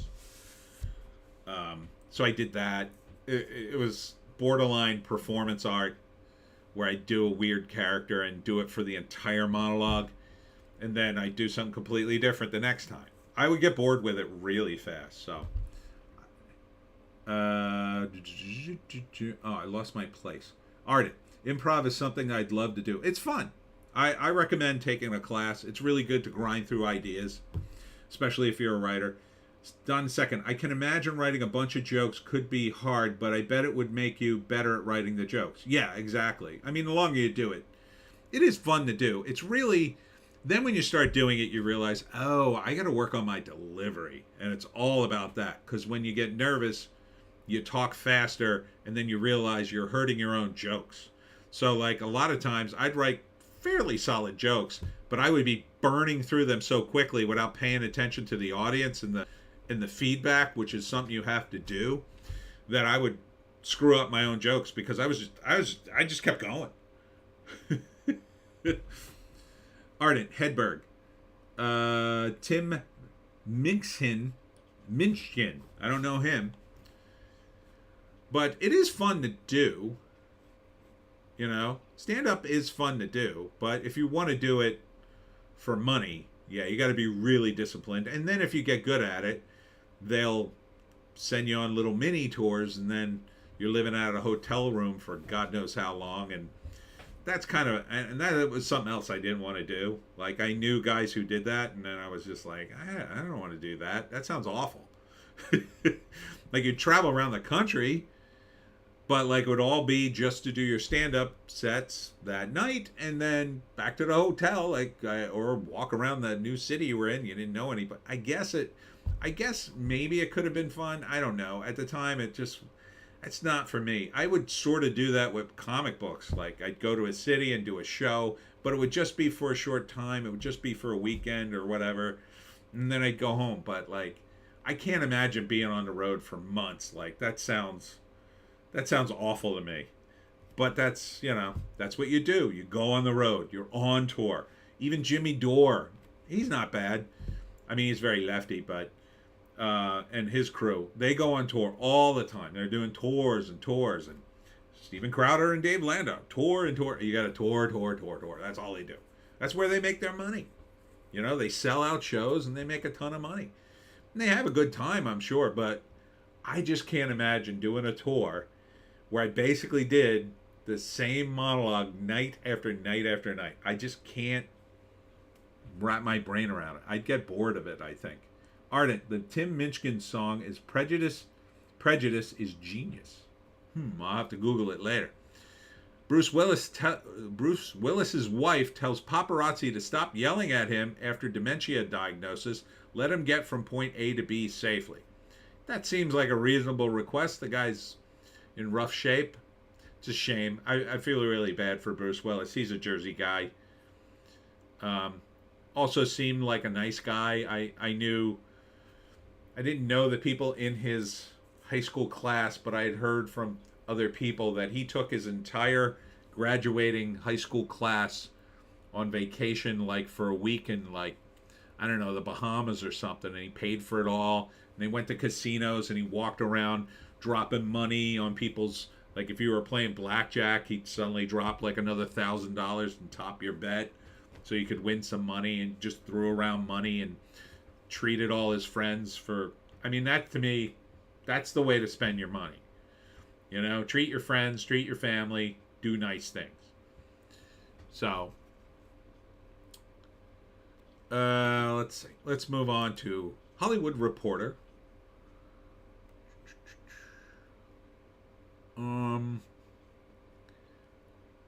How the landscape of native-led stories has changed between avatars. Oof. Yeah, don't you want to read that article? more articles about race in Hollywood, everyone. Victoria's Secret fashion show returning after 4-year hiatus. Oh, are you going to have fat chicks in this one? Don the Second. Damn, these actors are swimming in money. Oh, they are. Oh, Bruce Willis? Let's look up his money. I would say, let's take a guess. Bruce Willis has got to be like 300 million at least, maybe $500 million. I'll say 300 million. That's a conservative estimate. All right. Place your bets. Nope. Wait a minute. This isn't the one. I should have just gone to Celebrity Net Worth. Yahoo, Wealthy Gorilla. I guess we can go to that one. 250 million. I would have thought it was more than that. But that's not bad. Not a bad payday. Maybe he spent too much. Maybe he spent that 50 million, but good for him if he did. Ardent, sitting in the front row of the last Victoria's Secret show. There she blows. Yeah, exactly. Remember they're going to add fat models to Victoria's Secret? Yeah, I wonder why you went on a 4-year hiatus. Oh man, look at these hotties. This is from the Good Show. Note they don't put the picture of the fat girls in here. What happened to the fat Victoria's Secret models? Oh, won't those fatties bring in the people to your show? Oh, that's so weird. So weird you're not putting in women of different bodies. And where are all the trans women, Victoria's Secret? Where are they? That's all. Who the hell wants to go to a Victoria's Secret show to see hot girls walk down? Oh my God. Is someone going to walk down with junk in their pants? I don't want to see that. I don't want to see that. God, there's nothing sacred. I mean, look at these hot chicks. This is what we want to see. Everybody wants to see hot chicks, even other hot chicks. Mostly to be jealous of them, but to see them. They're not going to be jealous of the fat chicks. They don't even know how to react. Other hot chicks, I'm thinner than her. What else is going on? Oh, they changed all the headlines on Hollywood Reporter already. Oh, here was something. Seth Rogen. Seth Rogen unveils Teenage Mutant Ninja Turtles movie cast. Rose Byrne, John Cena, Jackie Chan, Ice Cube, Paul Rudd, Maya Rudolph amongst the cast. I'm going to tell you right now, the rumor I heard was there was going to be female Ninja Turtles, and that they were all going to be female. But I think that was just an AstroTurf meme to screw with people. But I think there's definitely going to be at least one female in the mix. So we got Micah Abbey as Donatello, Shimon Brown as Michelangelo. Is that a guy? Nicholas Cantu as Leonardo, and Brady Noon as Raphael. The voice of Jackie Chan will be Splinter. That's kind of cool. Rogan will star as the villainous Bebop, while John Cena will play Bebop's pal Rocksteady. I don't know. I am not fans of Seth Rogen or John Cena anymore. Ayu Adibri as April O'Neil. Giancarlo Esposito as Baxter Stockman, Post Malone as Ray Fillet, Paul Rudd as Mondo Gecko, and Maya Rudolph as Cynthia Utron. Hannibal Burgess as Genghis Frog, Rose Byrne as Leatherhead, Ice Cube as Superfly. I don't know. I guess it's animated? Or CGI? Evan Goldberg is producing. Evan, it was Seth Rogen's writing partner for years and years. You got the top chat on live chat. We did it live. I don't know. YouTube is editing something. Give it to me in code, bro. You got to give it to me in code, apparently.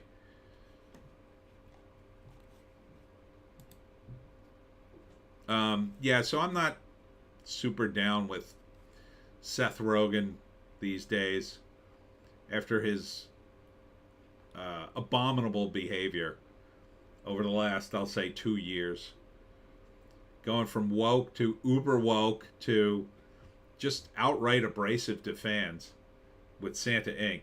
That to me was the end. Santa Inc. was just, he went a bridge too far. I could forgive stupid things on Twitter. I could almost forgive Ardent. My response to Teenage Mutant Ninja Turtles Rogan was FC, yeah.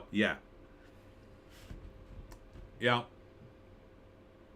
I don't know why YouTube's editing that. I don't think they edit that for Sticks and Hammer. Is there another setting?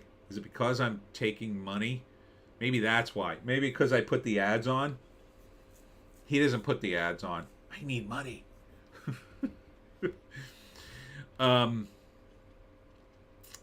So yeah, I just can't trust anything Seth Rogen does now. If he could turn it around for me if he came out and I don't know, maybe just apologized and said, I was a dick and I shouldn't have said those things, and I'm trying to get back into comedy and I hope you forgive me, or something like that. At least take a mea culpa. Ardent, maybe. Yeah, I know. That's the way I am too. I don't know. Deadline. Oscar campaigns in final weekend as ballots are live. A voter poll. Anna de Armas. This is what they do. They vote, and then there's campaigns on the voting. Back in the day, when I got paper variety, there would be ad after ad. Oh, go to this screening, go to that screening, vote for our movie. Now they changed the people who can even vote in the Academy, so it's going to be interesting. Although I'm not watching the Oscars. Former WGA President Patrick Verone says writers are serious about our demands ahead of awards. Oh, good. There's going to be another writer's strike. That should go over well. Eugene Levy says Christopher Guest fake documentaries are likely done. TV shows have picked up that form and just destroyed it. That's a shame. I don't know. Christopher Guest could just do a movie. I'd go see it. I think he's funny. He could just write a screenplay, right? Just don't do it as a documentary. Ardent, I'm pretty sure half the crowd at the Oscars aren't watching the Oscars. Yeah, unless they're in it. They're just there as seat fillers. First Lady Jill Biden scoffs at suggestion of mental competency test for 80-year-old president. Why is this in Deadline? I don't get this. Speaking on CNN's State of the Union, Jill Biden says her 80-year-old husband Joe would never even discuss such a thing. Yeah, I could tell, by the way, you're on CNN's State of the Union and not him. Yeah, I'm sure he's fine. I'm sure he's fine when he sends out his wife to speak for him.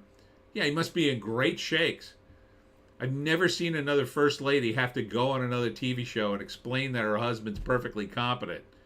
I didn't see that for Obama. I didn't see that for Trump. I didn't see that for Clinton or Bush, even Bush. I'd almost expect it with Bush. Oh, he is so drunk. He didn't know what he's saying. But, yeah, it's just not working. It's amazing how many excuses they pull up for him, and it's even more amazing it's in Deadline. Ardent, get him, Tony. F Joe Biden. God, he's awful. He's so awful now. He's just so awful, it's like people are getting used to the awfulness. That's how awful he is. There was another train derailment, by the way, in case you didn't hear about that one. I forget where it was. Oh, no, it was in Ohio. It was the second one in Ohio. The train derailed, and they told people to stay in their homes, which actually is kind of better advice than they gave for the people of East Palestine, I guess. But was that an attempt to make sure no one showed up for, I don't know, the possible burning of terrible toxic things? Or was that an actual safety precaution? It's like, you can't even tell anymore. Pete Buttigieg should just resign now. And it's amazing he hasn't, but they kept Fauci, the doctor of death, for that long. So, and is Fauci even gone now? I think he's still in until, I don't know, until whenever. Or did he finally leave? I guess he left. I don't remember. Ardent, another one from Norfolk Southern. Yep. Don the second. World is upside down right now, it seems like. Yeah, it sure is. It's a good thing we talk about important things like movies. Yeah, it's a mess. It's a mess. But I'll say this. It's always been a mess. Like, this kind of like, oh, we need another war so we can fleece the populace kind of stuff was always happening. But Biden's weakness makes it much scarier. And the ESG climate crap make it much worse, because these people are serious about you living in the pod. They are serious about it. They look, remember when the Occupy Wall Street people were protesting the 1%? One of the big stats that came out during that time was, if you take the 1%ers of the world, Ardent, talking about movies is still important because culture matters. That is true. I'm just joking around. But if you take the 1%ers of the world, it's really anybody who makes over 30K a year, which includes basically, like, I don't know, 80% of the United States, if not more. So basically everybody in the United States is in the 1% of the world. So in order to make things more equitable, you'd have to lower that, right? And you'd have to spread out the money. The problem, of course, is the people who have lots of money aren't going to give up a dime, right, Bernie Sanders? And the rest of you commies? Oh, they're not giving up a dime. Oh, but you, it'll be more equitable for you. That's our plan, to make it equitable for you. So you live in the pod.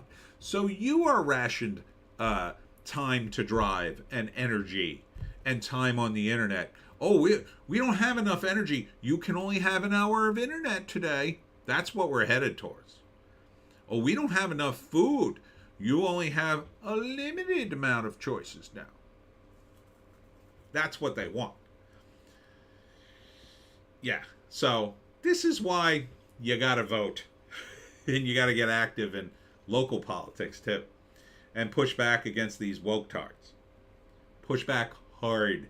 Fortunately, I live in South Jersey, which is pretty red in general. But we have our problems. Ardent, yes, the elites are quite happy to practice communism by proxy. Oh, yes, they are. Because, they think they'll be in charge of the communism, so that'll be okay.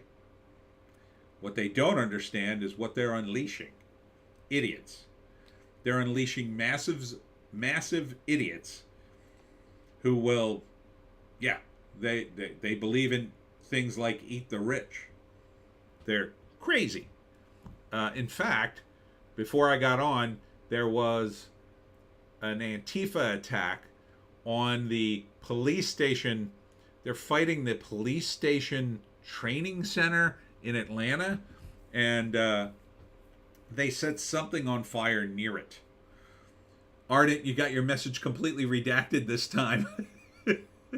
I don't know what happened. Oh, retracted. Oh, you probably did that. So, yeah, I mean, that those Antifa idiots haven't been all rounded up and thrown in prison shows you right there how ineffective even the red government in Georgia is.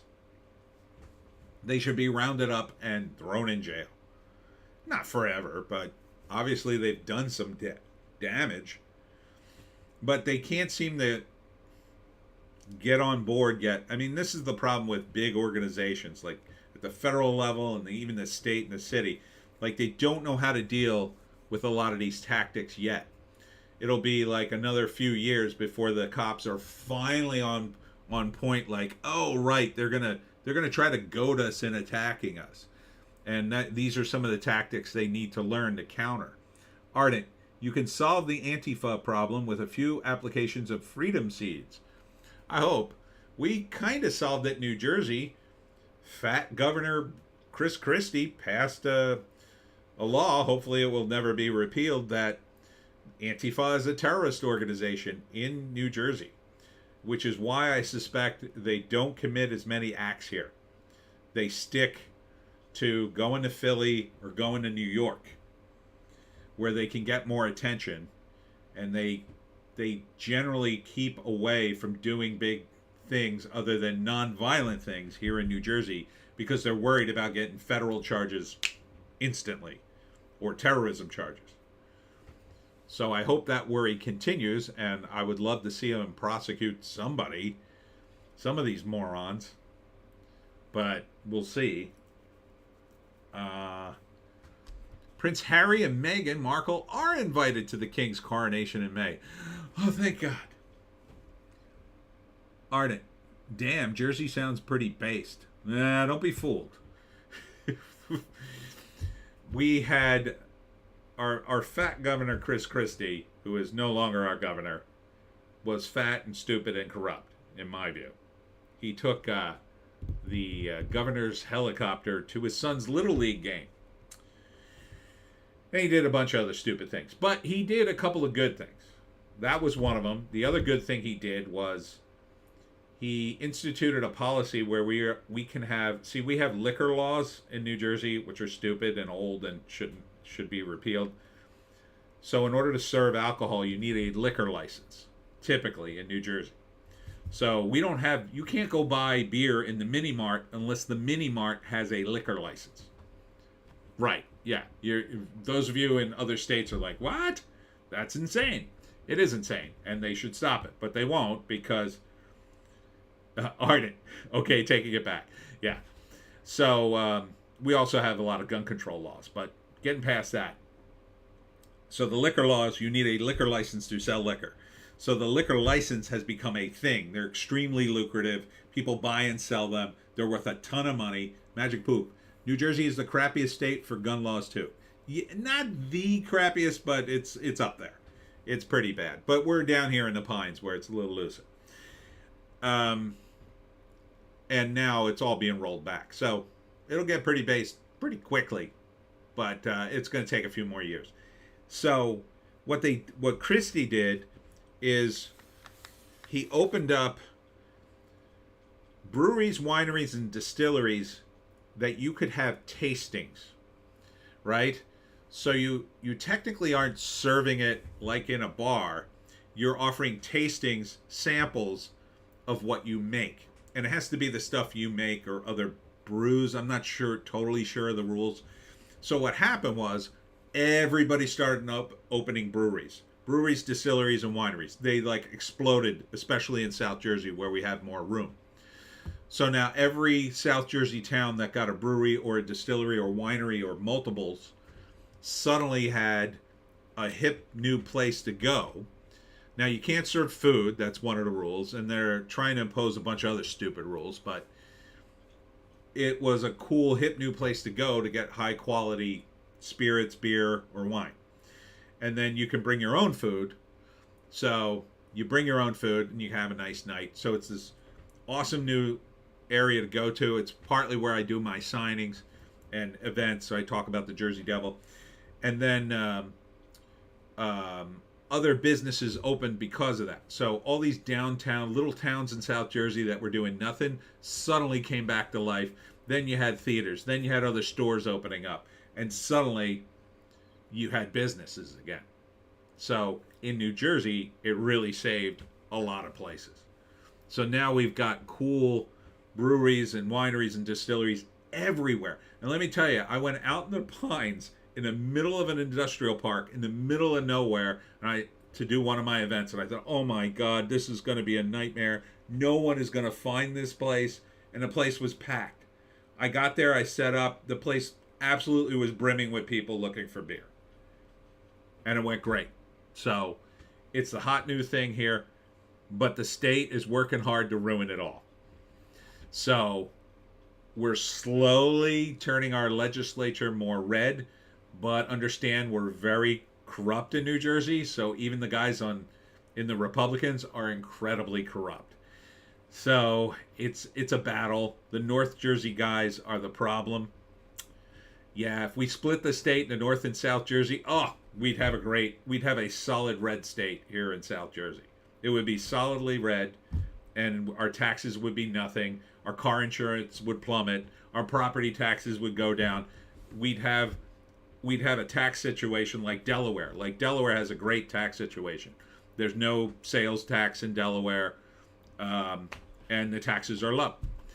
Not in New Jersey. But that's the problem of North Jersey. But if we split from North Jersey would collapse faster than California. So really, North Jersey is California. South Jersey is more like Florida in a weird way, I guess you'd say. Maybe closer to Texas. The South must rise again, says Arden. There was, in the 70s, a South Jersey separatist movement where we tried to split the state. And that's what I named my comic book company and my publishing company, South Jersey Rebellion Productions. That's what I named it after. So maybe someday we could split the state, but the problem is all the powers in the North, they would never let us split the state because they'd be in so much trouble financially. Oh my God. I don't know how they'd pay for things.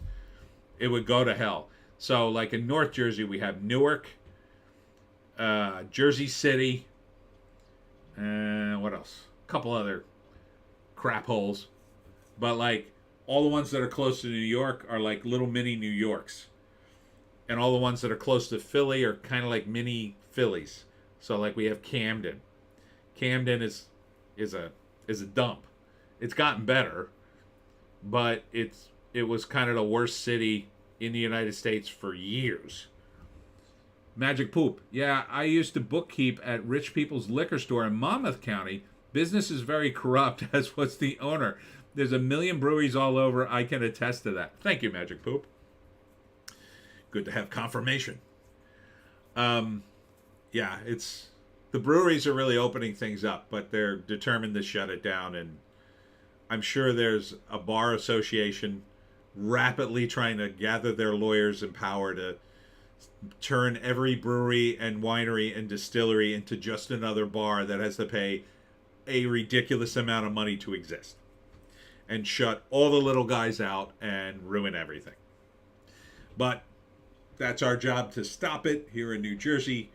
So hopefully we'll slowly turn the state more red. I think we have a good shot at it this next coming, when is it? I guess 2025. Phil Murphy is done because we have term limits, so that's a good thing. He's done. He's moving on, and we have a shot at taking over the governorship, and the legislature is turning more red. So we might take it back. The problem is the guy who ran against him last time, who almost won, is surely to run again, and the New Jersey GOP will definitely back him, because they'll be like, oh, well, he almost won last time. Yeah, he should have made a big fuss, because there are some shenanigans in New Jersey, as you can possibly imagine. So he should have made a big fuss about that, but he didn't. He should have been the Carrie Lake of New Jersey and should have been super MAGA, but he's not. He's more like Mitt Romney. So we might get a red governor, but it'll be more like a kind of rhino-y kind of guy. So I would love to see a MAGA guy take it in New Jersey. I don't know. Maybe if Trump doesn't win in 2024, God forbid, he could run for governor of New Jersey. That would be great. I don't think he has a residence here. I'm not sure how would that work, but he's got the Bedminster, his golf club. He can move there. What time is it? Oh God, it's 10:51. Coming up on 2 hours. Michael B. Jordan and Jonathan Majors liken themselves to De Niro and Pacino in New York Times interview. It's a bit much. It's a bit much for your egos. All right. Is there anything else? Let me check over at Bounding. California proposes withholding new tax credits from productions unless they set ethnic, racial, and gender diversity goals to develop them and develop a plan to achieve them. Magic Poop. I hope Ed the Trucker stays based. I do too. I hope he runs for governor. I'd vote for him. What I would love to see is a primary in which somehow Ed pulls that out. I don't think he's planning on running for governor, though. But, I would love to see, so many people get into the race for governor and one MAGA guy like Ed gets in. And because the vote is so split, the MAGA guy wins. I think that's the only shot we really have. But we'll see. We'll see who runs. So California continues to go down. See, here's another woke thing. If Don the Second, you were wondering about why Hollywood has gone so woke. Ardent, LOL, the slow death of Hollywood accelerates. Yeah. So here you go right here. You're withholding tax credits from Hollywood productions. So individual movies, I guess they're talking about.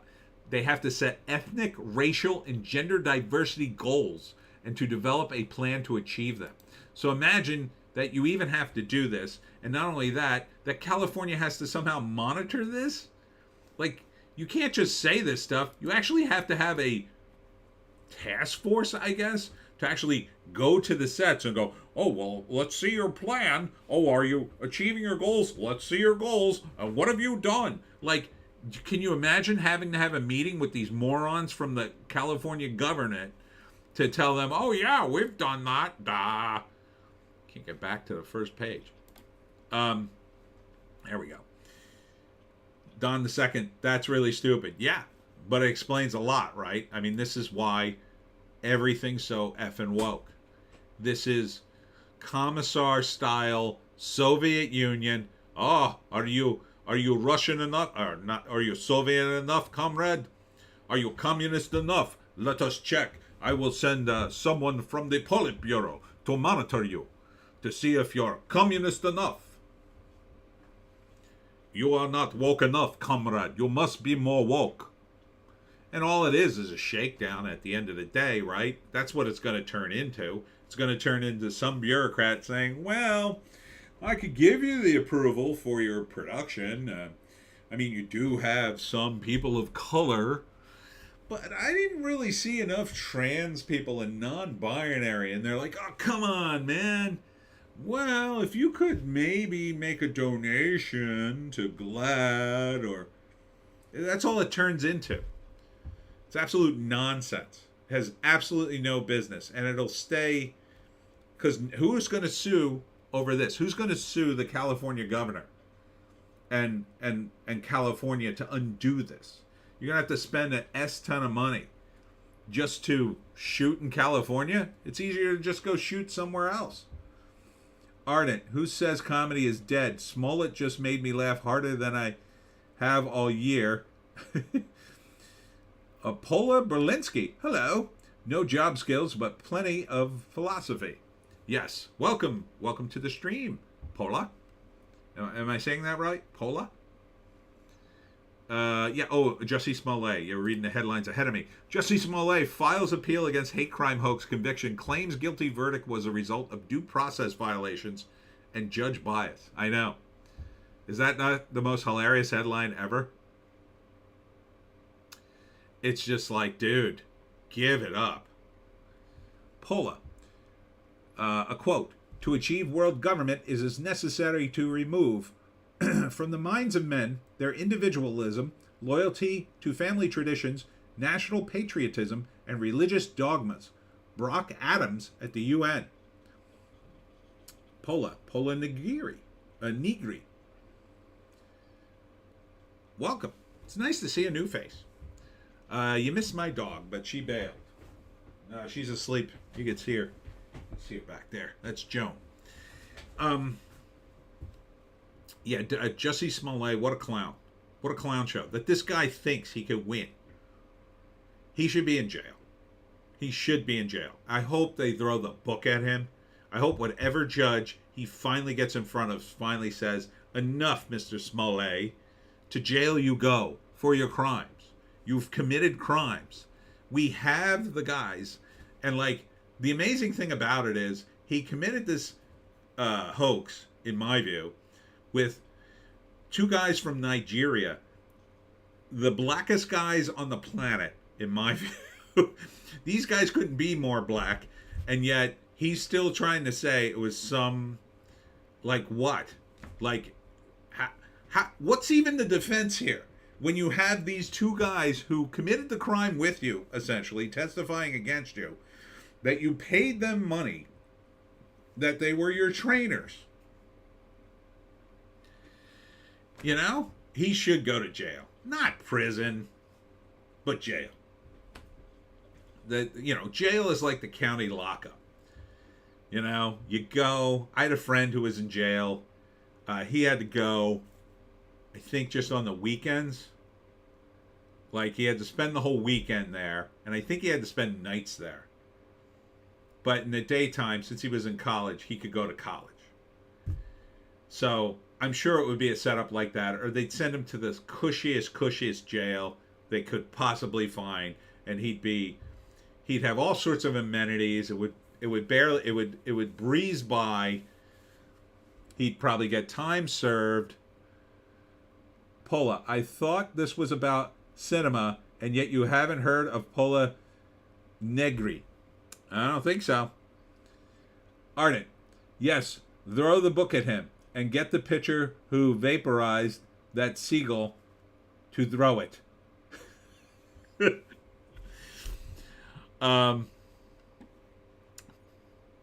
Yeah, it's just ridiculous. Pirates of the Caribbean producer Jerry Bruckheimer once again voices interest in having Johnny Depp return to the franchise. Yeah, I guess so. I guess you do want Johnny Depp. Oh, here, I wanted to end on this. And I should wrap because I'm coming up on 2 hours.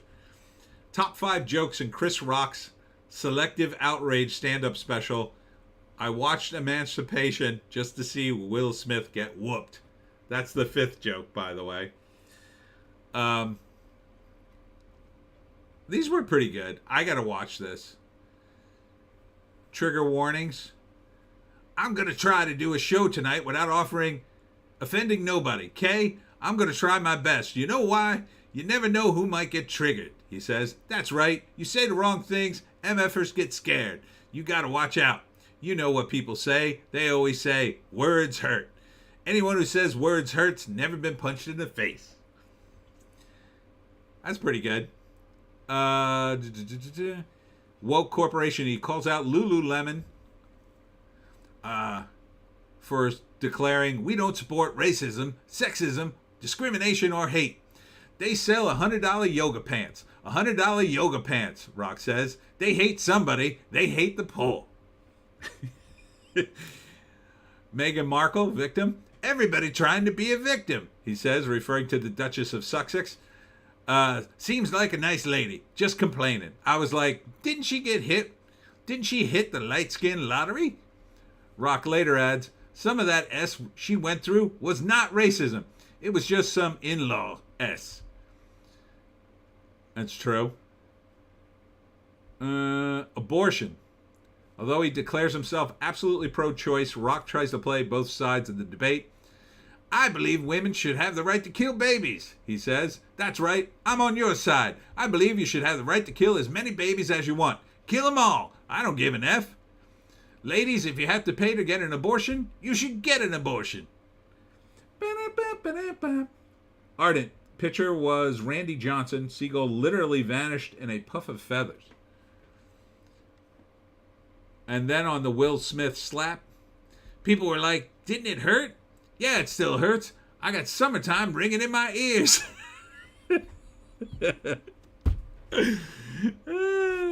But I'm not the victim, baby. You will never see me on Oprah or Gayle crying.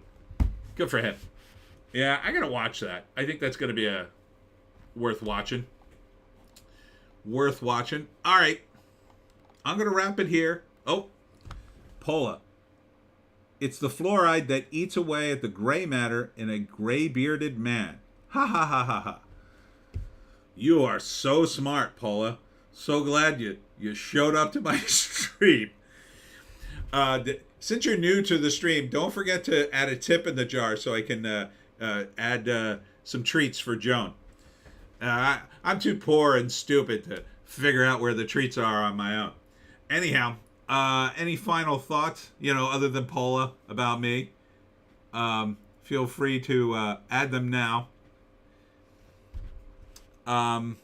What's coming up this week?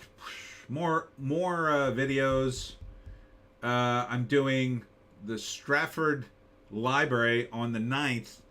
That's my birthday, by the way. I might do a birthday live stream. I don't know. Ardent, LBR, friends. LBR to you, Ardent. So, yeah. So March 9th is my birthday. So celebrate the way I do. Video games and sushi. That's every year. Get yourself some sushi. Play some video games. That's the appropriate celebration for me. You can also buy my books. Book 11 dropping this week. This week. Ardent, the next line that you didn't read was pretty hilarious from Chris Rock. Says he watches Emancipation to see Will Smith get whipped. Yeah, I read that in the headline, so I didn't want to read it again. Paula, agreed. E-begging is all you got. Yep, it's all I got, baby. Magic Poop, just want to say New Jersey has the best breakfast sandwiches, and it's called pork roll. Yes, we do. So March 9th for that. And if you're in the Stratford area, come on by the Stratford Library. It's behind the police station.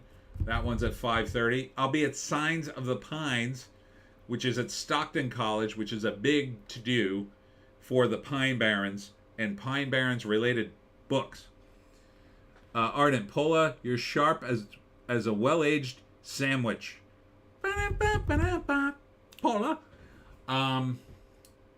So, yeah, if you're down in the Pines, you definitely want to check out Signs of the Pines.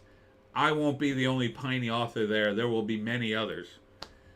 So that should be a very interesting show for me just to attend. Although I'm going to sell my books. I'm just about out of books, thanks to the guys at One More Bar. And then on Wednesday after that, on the 15th, I'm at Westville Library. And I'll probably be out of books completely. But some of these libraries don't let me sell books. So Who knows? All right, I'm going to wrap it here. Tune in later. I'll be doing a news blast and, of course, a Piney podcast, speaking of the Pines. Thanks for checking me out, and we'll see you in the next one. Pola, Ardent Party's IQ is 62. You should have quit while you were ahead, Pola. I mean, the comebacks for me were okay, but that was an Ardent. Yep, double yours. I mean, he got you. That's yeah. Work on that. Work on that. Watch Chris Rock. He can give you some pointers. All right, and.